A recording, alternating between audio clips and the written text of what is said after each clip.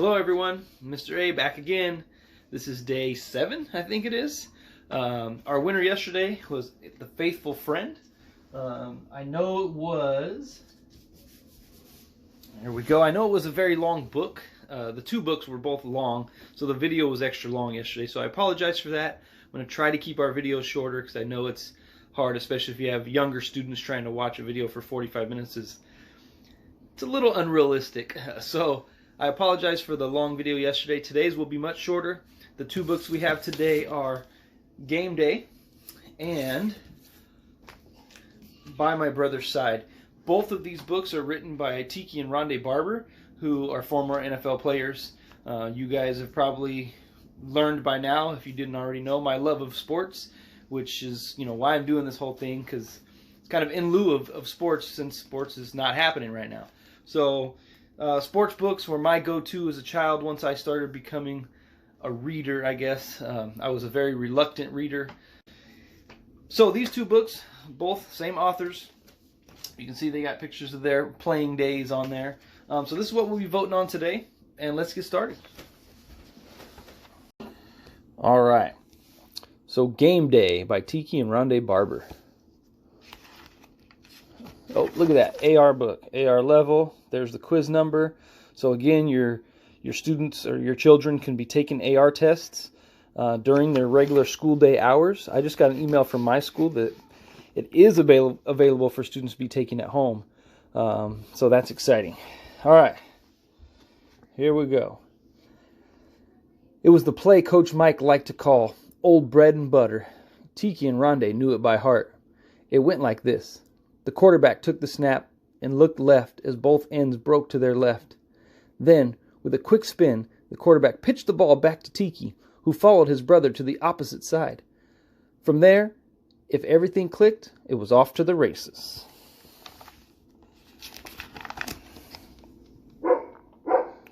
And this time, everything did click. The defensive end ran toward the quarterback.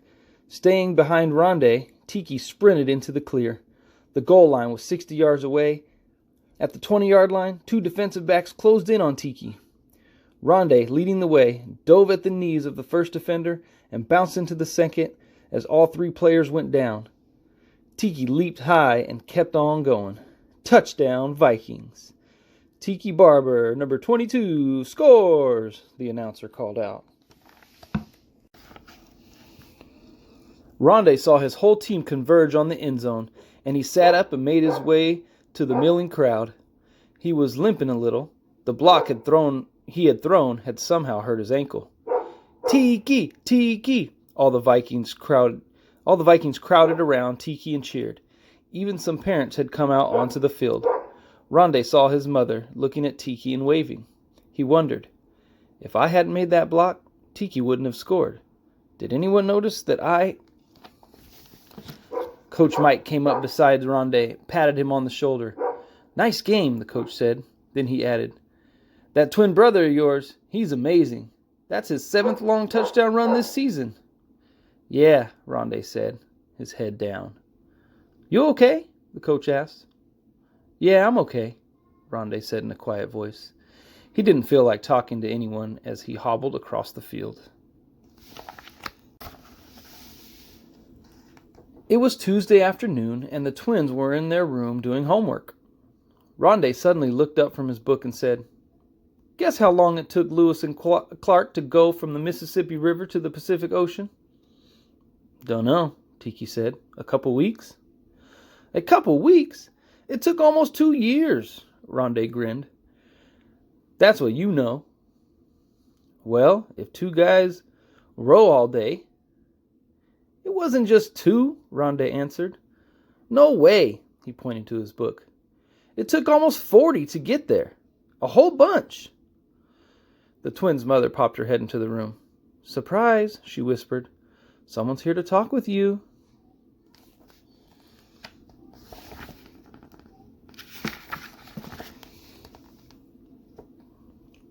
A reporter with the Roanoke newspaper was doing a feature story about the city's Pee Wee League. There was a photographer with him, too. Are you Tiki? The reporter asked, looking down at Rondé. Rondé shook his head. He pointed at his twin brother.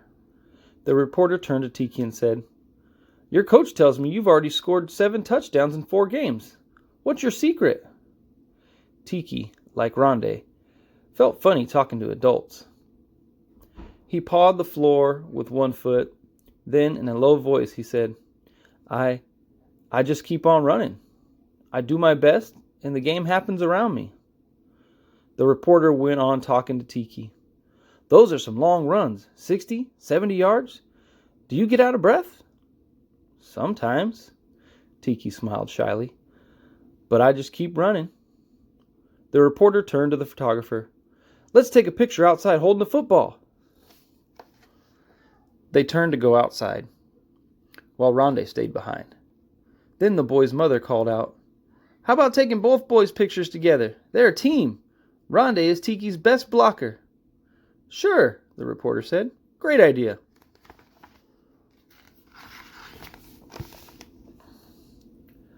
Later, as the boy's mother cooked dinner, Rondé mumbled in a soft voice to her, "Guys who block and stuff like that, nobody notices. People just notice the guy who scores touchdowns." His mother was silent for a moment, and Rondé went on. "I'm fast too. At the tryouts this fall, I was as fast as Tiki. Why don't I carry the ball more?" His mother seemed to be thinking. Then she popped a funny question. "Who cooks dinner here?" Rondé looked up. "Why is Mom asking me about dinner now?" "You do," he answered. "And if I were to stop?" his mother asked. Rondé made a face and thought, "We'd probably be eating peanut butter all the time." But before he could say that, his mother jumped in with an answer. "I'll tell you. We'd all starve. And who carries out the garbage each night?" "Me and Tiki." "Right on, Buster. And if you guys didn't?" Rondé smiled. "We'd all have to walk around like this," Mom said as she pinched her nose. She laughed. "It's a good thing we work together here, isn't it?"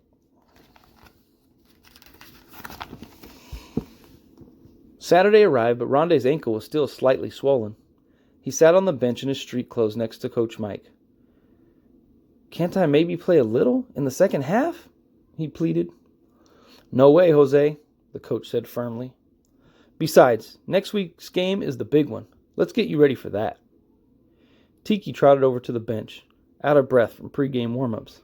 "Hey," Coach Mike said, laughing and pointing to Rondé. "Let's win one for your brother here." The Vikings crowded around the coach and Rondé.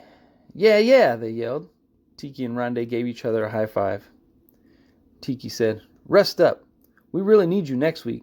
Today, I'm going to break a couple long ones for you, Rondé. Watch me."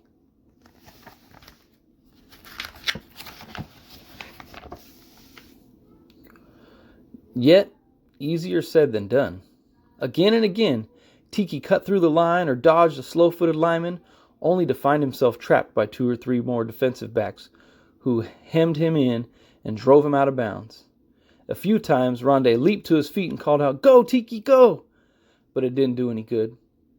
"Cheering helps," Coach Mike said, "but not as much as a few solid blocks." Then he added softly, "He's missing his main man." Rondé looked over at his coach, wondering, is Coach Mike talking about me? The game was tied after 3 quarters. Finally, in the 4th quarter, the Vikings slowly ground their way to the winning touchdown. But where were Tiki's long gainers? Not today. Not today.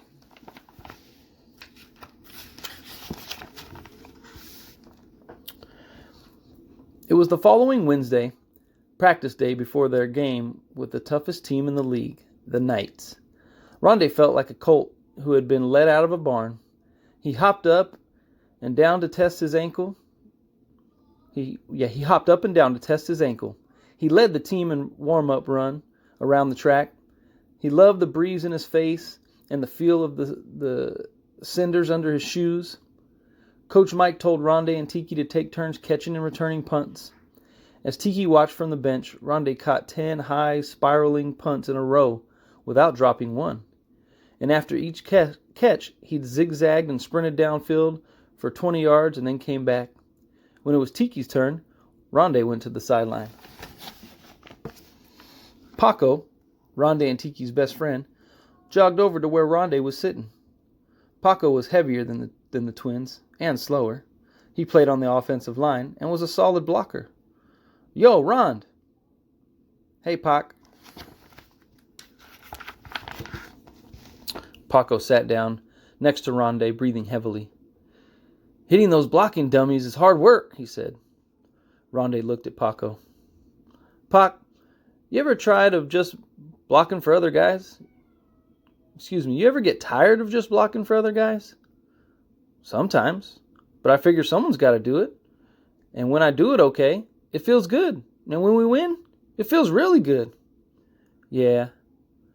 I wish I could run fast like you and Tiki, but I can't, so..." Rondé and Paco were quiet for a moment. Paco went on. "My dad always says this funny thing. He says, you got to play your best with the cards you are dealt. You know? Like..." A loud whistle interrupted their conversation. Practice was over, but Coach Mike was calling, "Rondé and Tiki, over here for a few minutes. We got a new trick play for Saturday. On the double." Rondé jumped to his feet. What was this about? "Later," he called back to Paco as he ran off. Saturday was overcast. The wind swirled and died down and swirled again. The Knights were wearing shiny black uniforms. The gray sky seemed to make the players look even bigger. Parents stood behind the Vikings bench and filled the bleachers. Rondé looked over and spotted his mother. She smiled, gave him a thumbs up, and mouthed the words she always used. "Play proud." The Vikings gathered around Coach Mike, then jogged onto the field. The boys were psyched up as the start of the game neared.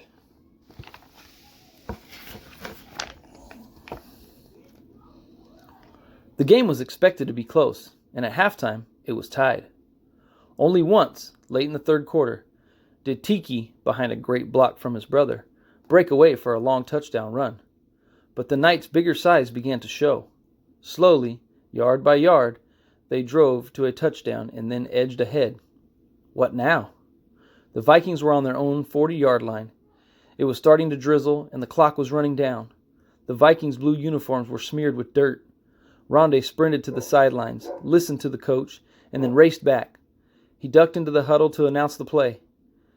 "Coach Mike says," he looked at Tiki, "it's time for old bread and butter +1. Jason, the quarterback, glanced up. "Huh?" he mumbled. "What's +1? Tiki broke in. "Don't worry, it's the same old play, with something added." "Let's do it," Paco called out as the team headed for the line of scrimmage.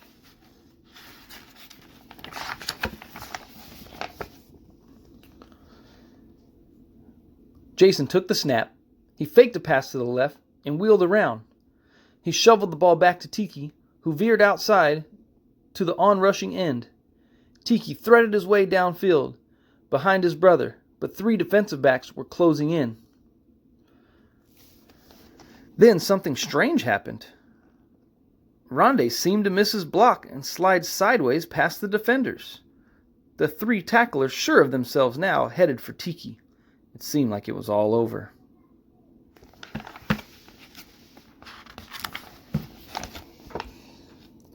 In a split second, Tiki leaped into the air and spun around. With all his strength, he lobbed a cross-field lateral pass to Rondé. The football wobbled and dipped, but Rondé, without breaking stride, bent forward and snatched it clean just above his shoes. He tucked the football under his arm and was off.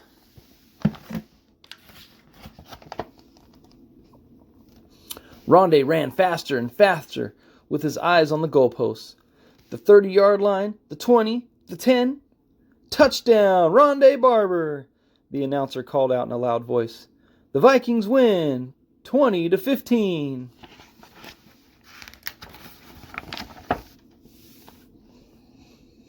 Rondé stood in the end zone and looked back. The whole team was racing downfield toward him. Tiki was there first. Together, he and Rondé held the ball high in the air. The Vikings gathered around. Many hands reached in to touch the winning football. "You did it!" Tiki shouted at Rondé. Rondé laughed. "No, bro, you did it." Then he stopped. No, we both did it. Then he stopped himself again. No, we all did it. Hooray, Vikings. All right, that's the end of Game Day. Book number 2, By My Brother's Side. Again, by Tiki and Rondé Barber. Again, an AR book. There's the quiz number and level.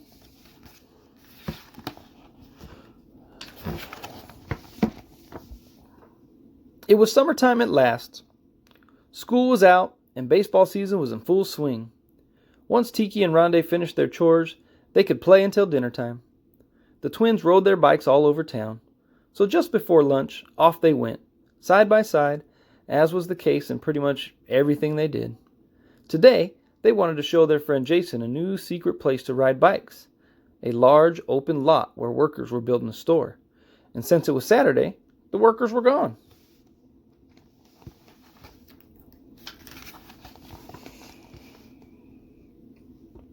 Bet you can't, said Jason. Can too, Rondé shot back. Watch this, you guys. As Tiki and Jason watched, Rondé slowly rode his dirt bike up along the steep edge. Whoa there, Rondé thought. Easy does it. The bike zigged and zagged and bounced, but Rondé steadied himself and held on. See? Said Rondé. Now you guys try if you're so good. Well, I'll show them, Tiki thought. He rode his bike to the far side of the huge dirt pile, and he popped a wheelie. Then he started up the hill. He stood high on the pedals, pushing with all his might. The bike wheel spun wildly, spitting up dirt.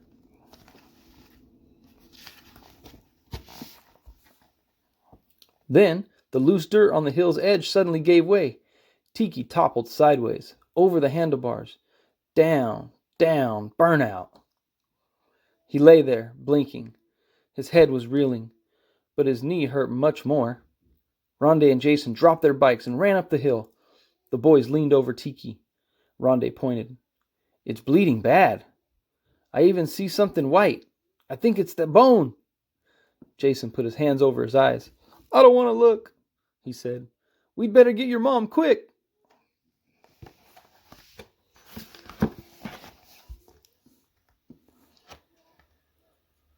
In the doorway, Dr. Myers was whispering. He needs a lot of rest, Mrs. Barber. Tiki called from his bed. Mom, I'm bored. Bored. Tiki's mother looked the doctor in the eye. What about his leg, doctor? Will he be able to run? Like Rondé and the other kids? For a moment, she remembered when the twins were born smaller than most babies and how the doctor at the hospital had told her to take special care of them. She had thought then, like now, that no matter what, the boys would always have each other. It's a serious injury, Dr. Myers answered. I'm not sure he will ever play sports again. Mrs. Barber glanced at her son. Please, let's not tell him anything like that, she said as she and the doctor walked slowly toward the front of the house. On the way to the door, Rondé raced past them. Hi, Mom, heading to the boys' room.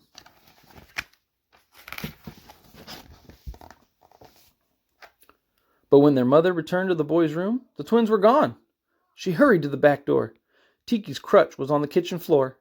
Their mother looked out the window and saw Rondé on the street, tossing a ball to his brother, who was hobbling and hopping on one leg, but still managing to catch and throw the ball. Inside at once, both of you! Tiki groaned. Mom, there's an all-star baseball game tonight. The team needs me. Yeah, Mom. I haven't ever played without Tiki. He's the fastest guy we have.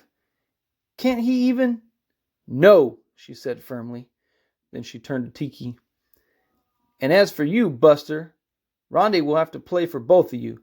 You're resting for as long as it takes. Rondé broke in. Don't give up, Tiki. I'll hit one out tonight, for you and for me. Tiki glanced up. Really? Will you? Promise, Rondé said with a grin. For both of us. July was long and hot. Whenever Rondé would go out and play baseball, Tiki would say, Maybe I could just... Not today, Tiki's mother would respond. And he knew that she meant it. In the afternoon, Rondé and Tiki sat in their room, talking brother to brother. The wall was filled with pictures of Bo Jackson, Michael Jordan, Walter Payton, and above the dresser was a picture of the twins, smiling, holding a trophy. Rondé pointed to the photo. "Remember that game?" "Do I ever?" Tiki moved his raised leg to the other pillow. They loved to replay that special game in their minds. The County Super Bowl, Pee Wee Little Leaguers, the Cave Spring Vikings. Their funny purple uniforms. "Remember what Coach always said? Rondé is number 21 and Tiki is 22. Because R comes before T. And this is how I can tell you apart." Both boys burst out laughing. "And remember that great big kid on the Browns?" Tiki said. "I thought he'd run over us like a truck." "Me too. But the bigger they are, the harder they fall. Just ask Coach Mike." "And the field, when I'd run for a long touchdown, I thought I'd never reach the goal line." "But you did. And we stuck together and won. Remember the song they played over the loudspeaker afterward?" Rondé asked him. "We are the champions. I can still hear it."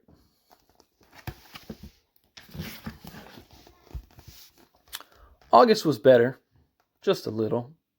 Baseball season was winding down, and for Tiki, it was still the longest summer he could remember. Rondé dug in at the plate. Tiki sat in the dugout with his legs stretched straight out, cheering on his brother. Rondé rode his bike. Tiki sat under a tree, waiting for his brother to come around the block one more time.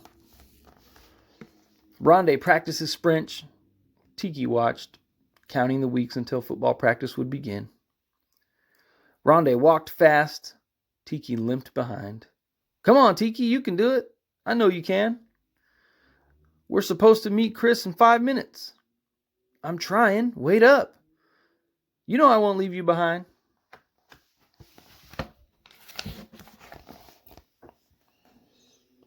Tiki's mother would tell him stories about when the boys were very little and how the doctor had told her they shouldn't ever play too hard. "You two were never the biggest for your age, but you always worked hard at what you loved. And look at you now," their mother laughed, "playing all the time." "Look at him now," Tiki grumbled, pointing at Rondé. "I'm sure I'll never run fast again, and football practice starts in 2 weeks." Their mother paused. "Remember when you both tried out for the basketball team and didn't make it? You didn't quit then, did you?" Tiki was silent. "It's like I've always told you. Believe in yourself, and others will too," she said softly. Wait and see."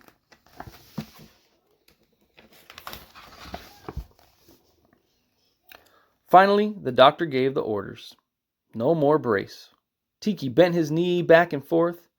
"Go slow," the doctor said. "Take it easy." "Let's go outside," Rondé whispered. Rondé took the old football out of the closet and passed it to his brother. It was the first football the twins had ever owned, a gift from their grandmother. It was rough now, scratched and worn, but it felt good in Tiki's hands. They hurried downstairs and outside to the parking lot. They warmed up, passing the ball back and forth. "Go out," Rondé said. "I'll hit you." Tiki moved gingerly on his stiff leg over the pavement. Rondé faded back, calling out, sounding like a sports announcer. "Rondé Barber looks for a receiver. He spots his brother near the 10-yard line. A perfect spiral, bullseye, caught by Tiki Barber," Tiki called back to his brother in his own announcer's voice. He waved the football over his head and both boys shouted at the same time, "Touchdown!" Then September arrived. Tiki felt stronger and stronger. Football practice was every afternoon, even on the hottest days. But the boys didn't mind. They were teammates together again. Before practice, Rondé and Tiki sat in the bleachers with their notebooks spread out. "Homework first," their mom always said. "It's not hard if you do a little every day." Rondé worked on math, his favorite subject. Tiki read his history book. Sometimes he liked to dream of becoming an astronaut. Finally, a whistle sounded. The twins ran out with the others to the center of the green field. At practice, they always ran everywhere. One of Coach Mike's favorite saying was, "Only two people walk here are Coach Mike and the mailman." Everyone warmed up. Rondé jumped up and down. Tiki stretched his leg. So far, so good. Today, no one was wearing pads, and he felt so light on his feet. Yes, I can do it, Tiki told himself.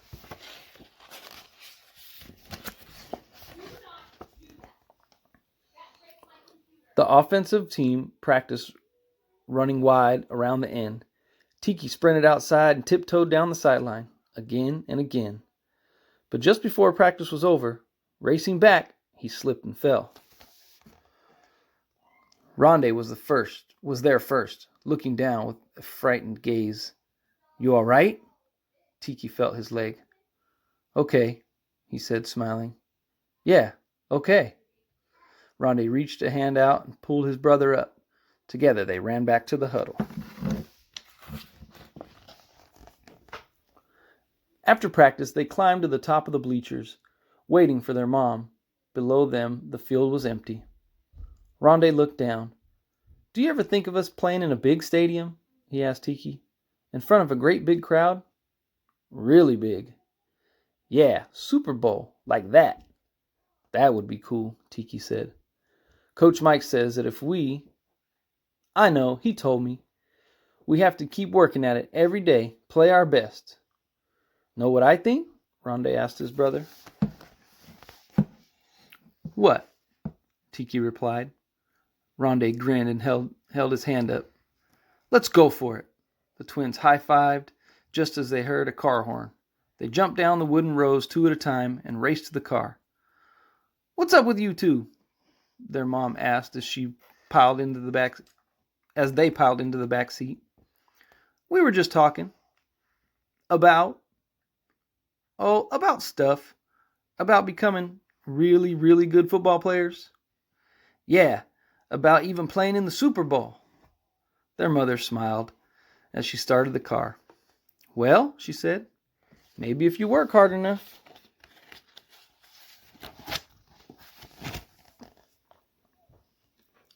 Saturday morning, game time at last. The twins' small faces stared out from underneath their helmets. Their mom was there, as always, watching, cheering. The boys looked up at their mother. "Give it your best," she said. "Don't forget, play proud." The opponents were going to kick off. The receiving team raced onto the field. Rondé and Tiki were the farthest back, deep side by side.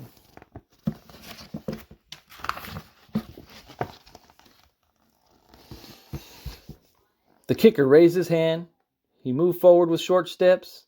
The football soared high in the air, end over end. "Yours," Rondé called out as Tiki circled beneath it. "Follow me to the left, all the way." Tiki opened his arms and caught the ball. Play proud. He was racing now with Rondé just beside him, their feet flying over the grass. Tiki and Rondé, Rondé and Tiki, together, all the way. Champions. Brothers, side by side. Okay, so our two books, Game Day and By My Brother's Side, both by Rondé and Tiki Barber. Go vote. Share it with anybody you know that would enjoy it. I know the video is a little bit shorter today, so it's a little more manageable to watch, especially for younger kids. My son snuck in here at the last minute to hear the end of that story. I believe we've read both of these before, but it may have been a while, so I might have him watch and vote as well. Again, he's our tiebreaker, so if we end up tied, he will vote for which one's his favorite, and that will be our tiebreaker. So thanks again for watching. We're almost done here. March Madness. Done with the first round, I should say. And look forward to you guys voting, and we'll see you tomorrow. And I picked Salt in the shoes, and waiting for Pepsi tie, and then I picked Salt in his shoes. Yes, he was the tiebreaker vote for Salt in His Shoes. Since we were tied, he picked Salt in His Shoes, and that's why that book moved on. So he was a little sad that Little Roja Riding Hood did not win, though, that Nothing Ever Happens on 90th Street was the winner of that round. So looking forward to getting to round 2 and seeing these round 2 matchups. Like I said, please vote, like the video, share it with your friends, anybody you think would enjoy it. Have a great day. Thank you.